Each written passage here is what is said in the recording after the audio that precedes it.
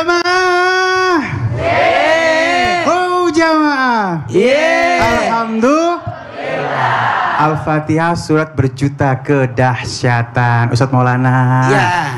Ini 41 kali di leher. Terus nurut. Ya, nurut. Silakan guru. Baik. Bismillahirrahmanirrahim. Izin Nabi dan Sasam. Satu hal buat kita, kepada semua yang nonton, yakin innamal a'malu binniyat, dari niatnya. Dan masya Allah kita gunakan Al-Quran, tepatnya surah Al-Fatihah, surah yang luar biasa yang Allah turunkan lengkap. Surah Al-Fatihah yang menggetarkan langit. Surah yang dalam hal ini bisa nggak digunakan surah Al-Fatihah untuk menundukkan entah itu anak, entah itu suami, supaya mau ngikutin kita, nurut. Bukan berarti kita memperbudak dia. Sebagaimana Nabiullah Adam alaihissalam menekuk di belakangnya, maaf, ada makhluk Allah, tidak usah sebut namanya ya. Ya itu ya. Jadi waktu datang Nabi Adam, makhluk-makhluk yang lain pada nengok. Ada makhluk yang turun dari langit nih, pada nengok. Salah satunya adalah makhluk Allah yang masya Allah tabarakallah, yang sangat patuh. Siapa itu? Anjing ya. Anjing ini datang menghadap kepada Nabi Adam, dan Nabi Adam memegang belakangnya sini ya.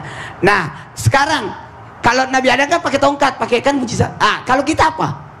Bacalah surah Al-Fatihah. Berapa kali? 41 kali. Kenapa 41?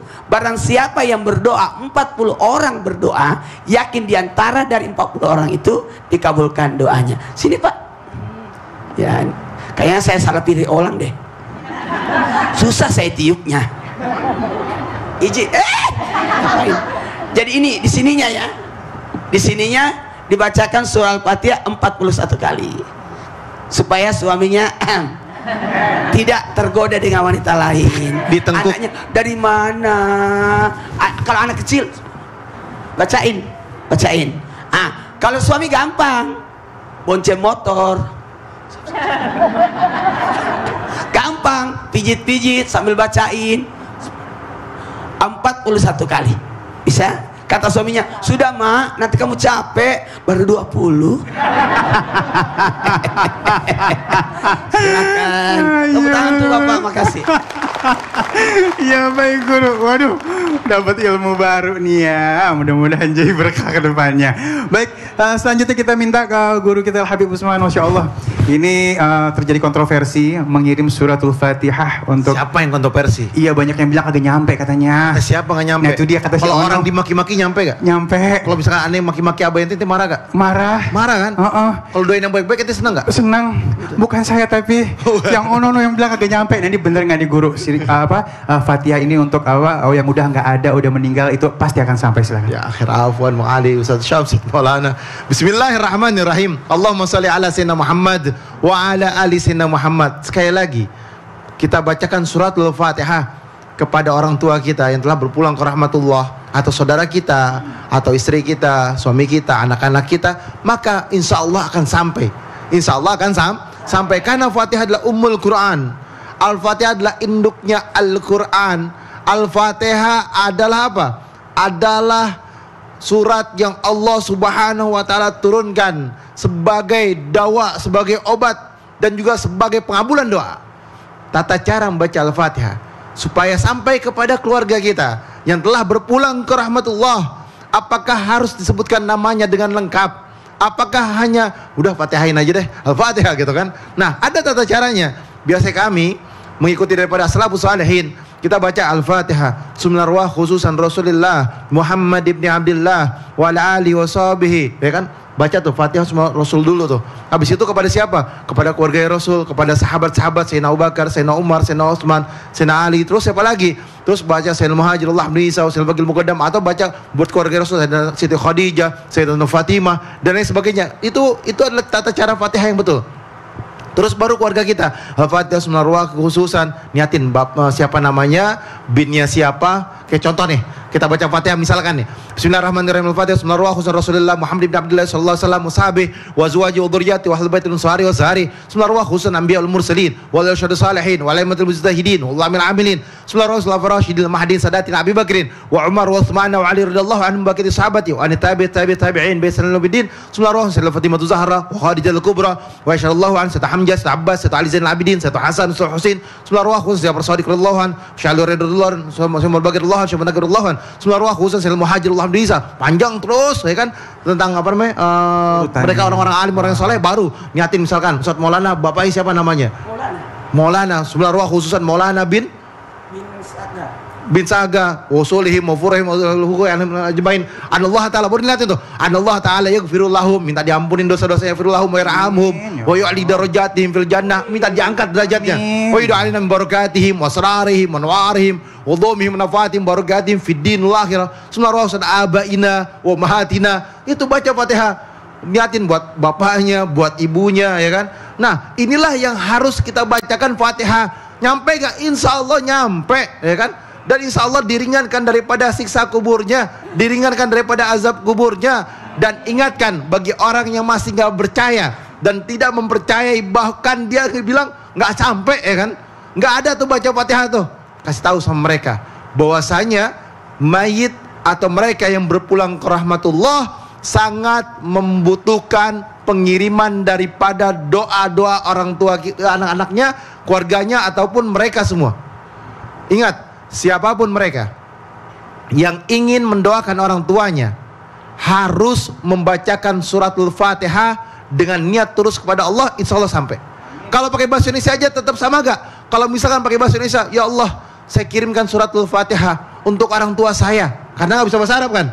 Ya kan, belajar nggak apa-apa. Tapi kalau mau catat, alhamdulillah lebih bagus lagi. Diniatin, ya Allah, saya kirimkan Fatihah buat orang tua saya yang pulang ke rahmatullah, Fulan bin Fulan, Al-Fatihah, misalkan gitu kan. Semoga diampunin dosa-dosanya, diangkat derajatnya, ya Allah, diringankan daripada azab kubur. Dia baca Fatihah sampai Fatihahnya. Misalkan dia baca Fatihah, buka Quran, dia baca Quran 1 ain atau 2 ain atau bahkan 1 juz sampai insya Allah. Selama dia doakan dari Fatihah sampai ain atau sampai beres atau sampai 1 juz, maka setelah dia bacakan itu ya kan, atau dari awal sampai akhir, maka diampunin dosa-dosanya. Seksanya mau dipukul nggak jadi, mau digebukin kata malaikat, oh lagi doain sama anaknya, ntar dulu deh. Iya, ya kan? bener. Inilah bentuk daripada doa. Jadi kalau anda celah orang tua ente marah gak? Marah. Kalau didoain ente seneng gak? Alhamdulillah. Pilih doain atau dimaki? Didoain.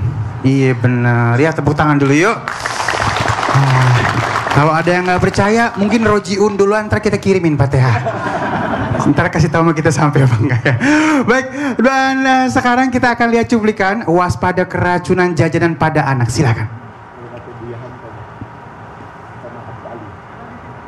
Pada bawa bekal dari rumah ya, jangan. Betul. Baik, kita ngobrolin masalah ini Al-Fatihah dengan keracunan. Al-Fatihah bisakah jadi obat penangkal dan obat untuk keracunan? Silakan guru. Baik, tabe guru-guruku, seluruh jamaah yang hadir di studio serta jamaah di rumah, kita buka dulu Al-Isra ayat 82. A'udzu billahi minasy syaithanir rajim. Bismillahirrahmanirrahim.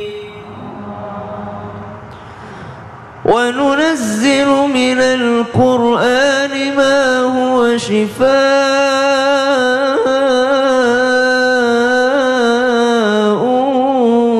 wa rahmatun lil mu'minin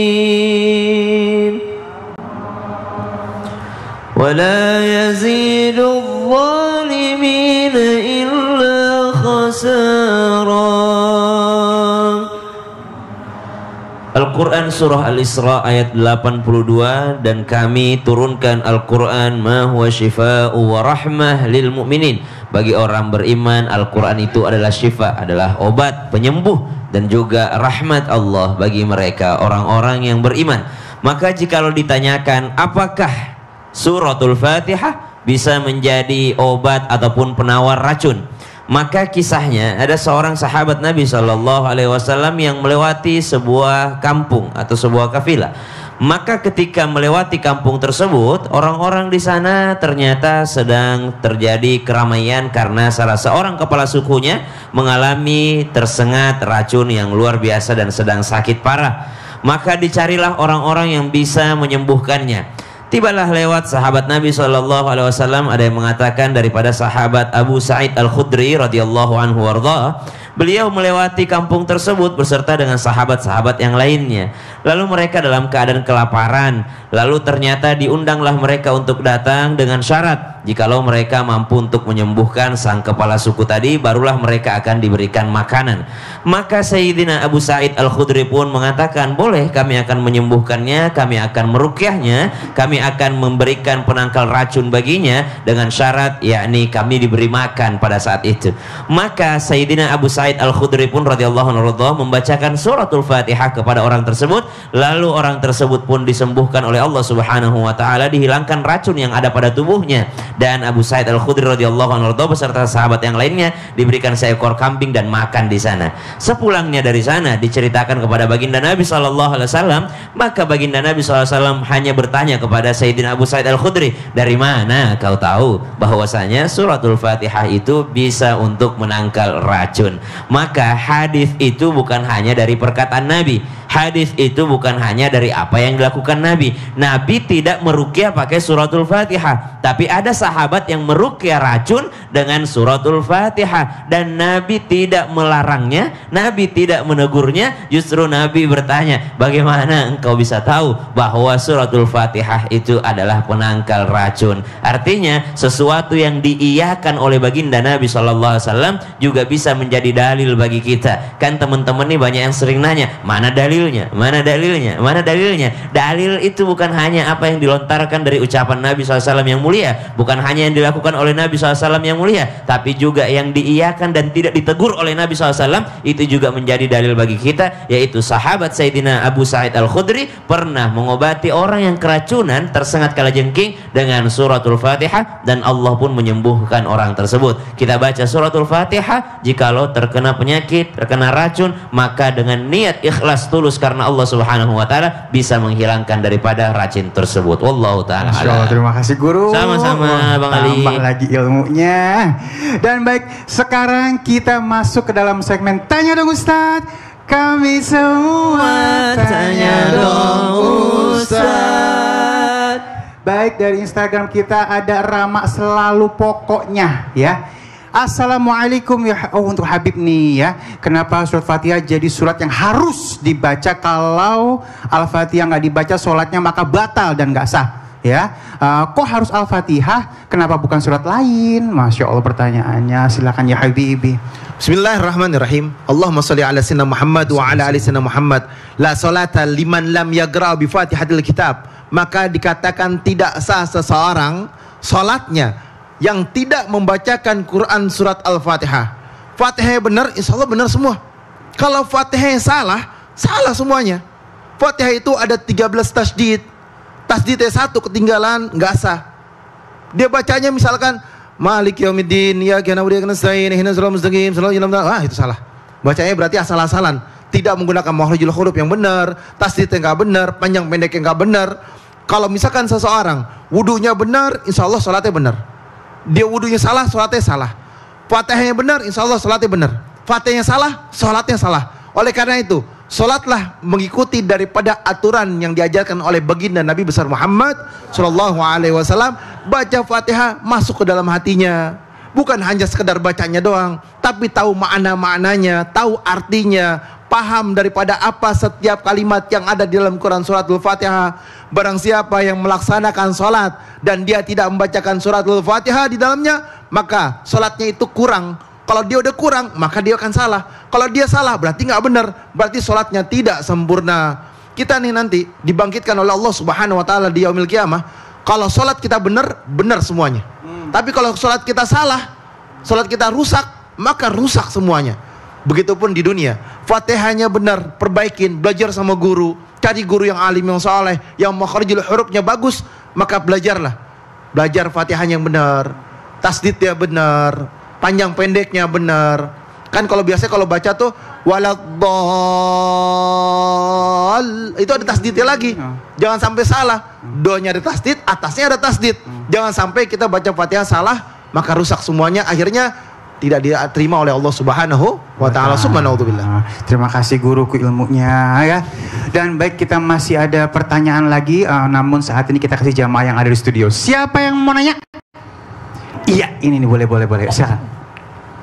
Assalamualaikum warahmatullahi wabarakatuh. Waalaikumsalam warahmatullahi wabarakatuh. Perkenalkan, nama saya Nuni Cahaya Rahmadani dari Remaja Masjid Al Ihsan Batu Jajar, Bandung Barat. Izin bertanya Ustadz, apakah membaca surat Al-Fatihah agar bisa merasakan manfaatnya harus sesuai tajwid dan tahsinnya ya Ustadz? Sedangkan kita belum jago ngaji seperti Ustadz Syam. Apalagi buat yang belum belajar Islam. Terima kasih. Baik, bagus banget pertanyaannya. Boleh tepuk tangan Ustadz Syam, langsung jawab deh kalau gitu ya, silakan. Baik, Habib Guruku Habib Usman Ustadz Maulana, jamaah di studio, penanya, kalau ditanyakan apakah mesti sesuai dengan tajwid dan mesti sesuai dengan tahsin. Tajwid itu ilmu untuk jawada, yakni memperbaiki hurufnya, ininya segala macam. Tahsin itu artinya memperindah. Jadi memperindahnya dengan panjang pendek yang benar, memperindahnya dengan gunnahnya, dengungnya.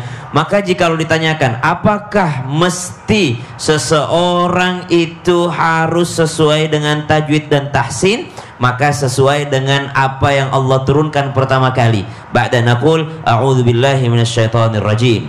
Bismillahirrahmanirrahim. Iqra bismi rabbikal ladzi khalaq. Khalaqal insana min 'alaq. Iqra wa rabbukal akram. Alladzi 'allama bil qalam. 'Allamal insana ma lam ya'lam.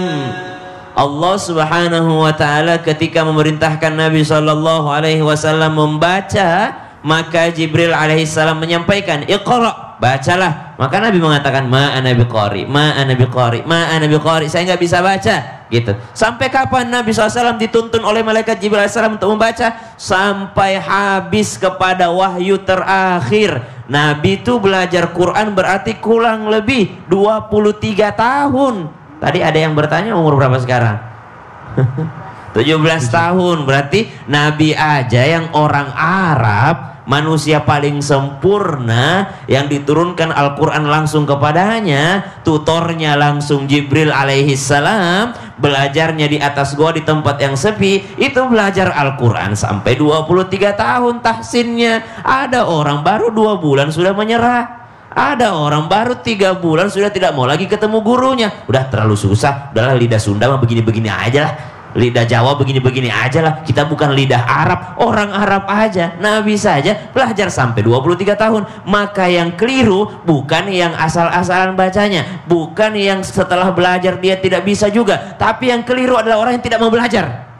Yang salah adalah orang yang tidak mau belajar. Kenapa? Kalau Al-Fatihah itu wajib, maka belajar Al-Fatihah hukumnya wajib. Kalau sholat itu wajib, maka belajar sholat hukumnya wajib. Kalau kita katakan bahwasanya ketika seseorang berhaji itu wajib untuk yakni naik pesawat ke sana, mesti naik pesawat baru bisa sampai, berarti naik pesawatnya juga terhitung ibadah. Begitu. Jadi kalau kita sholat itu adalah wajib, maka ilmu tentang sholat mempelajarinya juga hukumnya wajib.